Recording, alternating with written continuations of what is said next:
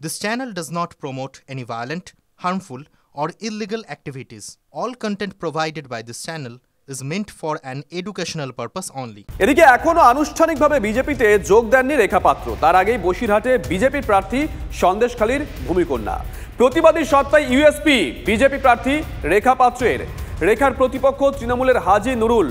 কেউ সংখ্যালঘু নন, সকলেই বাবা, কাকা, মা, ভাই, বোন। মন্তব্য বিজেপি প্রার্থী রেখা পাত্রর। যারা আগের দিনে বিগত দিনে যারা আপনার পাশে ছিলেন তারাই এখন বিরূপ কথা বলবে, কিভাবে সামলাবেন তাদের কি বলবেন? এটাই হওয়া স্বাভাবিক, কেননা আমি তো একটা খুবই সাধারণ আর বুঝতেই পারছেন মূর্খ মহিলা। কেউ মেনে নিতে পারছে না, হয়তো ওনারা ভাবতে পারেনি যে আন্দোলনের মুখে এই পথে আজকে ও একটা মানে এরকম একটা জায়গায় পৌঁছে যাবে। যেহেতু ওনারা বুঝতে পারছেন না যে ওনাদেরই সহযোগিতায় আমি এসেছি, তাই ওনারা যখন বুঝতে পারে তখন ওনারা আমাকে অবশ্যই সাথ দেবেন। কেননা ওনারা তো আর বাইরের কেউ না, ওনারা আমার এলাকার, আমার গ্রামের বাপ কাকা ভাইরা। তাই আমার ওনাদের প্রতি কোনো কিছু বলা নেই, অভিযোগ নেই।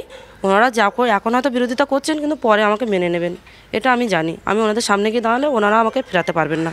আপনার শিক্ষাগত যোগ্যতা নিয়ে পর অনেকে প্রশ্ন তুলছেন। দেখুন, সবাই আমার শিক্ষাগতভাবে মানে বিষয়ে প্রশ্ন তুললে কি হবে, আমি জানি ওনারা পরে বুঝতে পারবেন। আমি মূর্খ, এই জন্য সবারই অসুবিধা হবে, কেননা ওনারা শিক্ষিত। ওনাদের এই মানে একটা শিক্ষিত লোকের একটা অভিজ্ঞতা আলাদা, আর একটা মূর্খ লোকের অভিজ্ঞতা আলাদা। তো আমি মূর্খ হয়ে আমি একটাই কথা বলবো আমার শিক্ষিত মা, বোন, ভাই, দিদিদেরকে, যে ওনারা আমার পাশে থাকলে আমিও একদিন এই মূর্খ রেখা পাত্র একদিন ওই দিদিদের সহযোগিতায় একদিন ওনাদের মুখ হয়ে শিক্ষিতর নাম জয়টা আমি ঠিক উপার্জন করতে পারবো। নির্বাচনী কেন্দ্রে সংখ্যালঘু যে মানুষ, সেই মানুষের সম্প্রদায়ের মানুষও প্রচুর পরিমাণে আছেন। তাদের দেখুন, এই ভাষাটা আমার কাছে হয়তো বলাটা উচিত নয়। ওনারা হচ্ছে আমার মা, কেউ বোন, কেউ ভাই, কেউ দাদা। ওনাদেরকে মানুষ বলে সম্মান দেওয়া হোক, ওনাদেরকেই সংখ্যালঘু বলাটাও উচিত নয়। আমরা সেটা চেষ্টা করব, সবার মনে তাদেরকে মানুষ বলে সম্মান দেওয়ানোর চেষ্টাটাই আমরা চালিয়ে যাব। আর তাদের পাশে আমরা থাকবো, আর তারা আমার পাশে থাকবে, এটা আমার দীর্ঘ বিশ্বাস।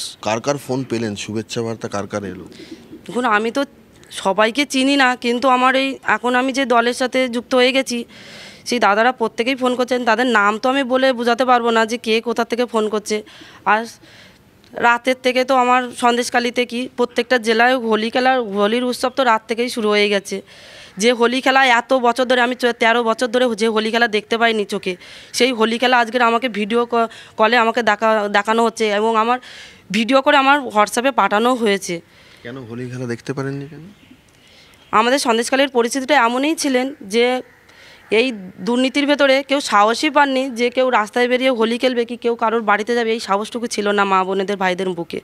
সেই সাহসটা এই আন্দোলনের পরের থেকেই বেরিয়েছে। আর চাইবো এই আন্দোলনে যেন আরও কিছু পরিবর্তন হয়, সবার মনে সাহস আসুক, সবাই সুস্থ সবলভাবে জীবনযাপন করতে পারে। দেখুন, বসিরহাটের বিজেপি প্রার্থী রেখা পাত্রকে নিয়ে মিশ্র প্রতিক্রিয়া আসছে।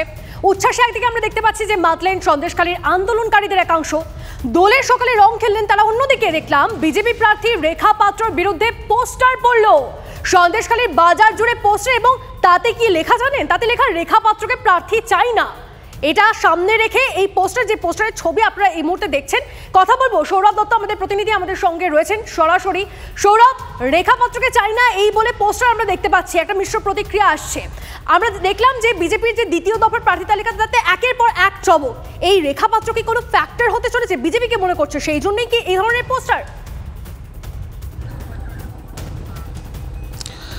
দেখো, দুটো দিক রয়েছে। প্রথম কথা হচ্ছে যে সন্দেশখালীর আন্দোলনকে শুধুমাত্র বাংলার মধ্যে যে সীমাবদ্ধ রাখবেন না, সেই কথা কিন্তু প্রধানমন্ত্রী নরেন্দ্র মোদী আগেই স্পষ্ট করে দিয়েছিলেন।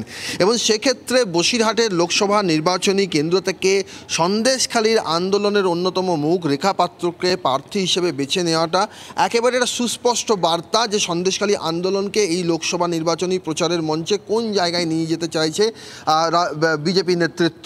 এবং সেই জায়গার থেকে রেখা পাত্রকে বেছে নেওয়া হয়েছে, যিনি শিবু হাজরা উত্তম সর্দারের বিরুদ্ধে প্রথম অভিযোগকারী ছিলেন, যিনি একেবারে আন্দোলনের গোড়ার দিকে যে কজন মহিলা বেরিয়েছিলেন তাদের মধ্যে একেবারে প্রথমের সারিতে ছিলেন রেখা পাত্র। পুলিশি যে চাপের কথা বলা হচ্ছিল সেক্ষেত্রেও কিন্তু রেখা পাত্রের উপরে সেই চাপ এসেছিল, সেটাও অস্বীকার করা যায় না। ফলে সব মিলিয়ে রেখা পাত্রকে একটা গ্রহণযোগ্য মুখ হিসেবে বিজেপি তুলে ধরতে চাইছে এবং সেই জায়গার থেকে দাঁড়িয়ে একটা মিশ্র প্রতিক্রিয়া দেখা যাচ্ছে যে রেখা সন্দেশখালির বুকে সিংহপাড়ায় যেমন পোস্টার চায়না এই ছবিটা পড়েছে, আবার পুকুরপাড়ার মহিলারা তারা কিন্তু আনন্দে হোলি খেলছেন। তারা বলছেন যে তাদের যে এবছর যে রং খেলার যে আনন্দ সেটা দ্বিগুণ হয়ে গেছে, কারণ তাদেরই মধ্যে একজনকে প্রার্থী হিসেবে বেছে নেওয়া হয়েছে লোকসভা নির্বাচনের জন্য এবং তার জন্য তারা ভীষণ রকম ফলাফল কি হয় সৌরভ, আমাদের সেদিকে নজর থাকবে। আপাতত ধন্যবাদ।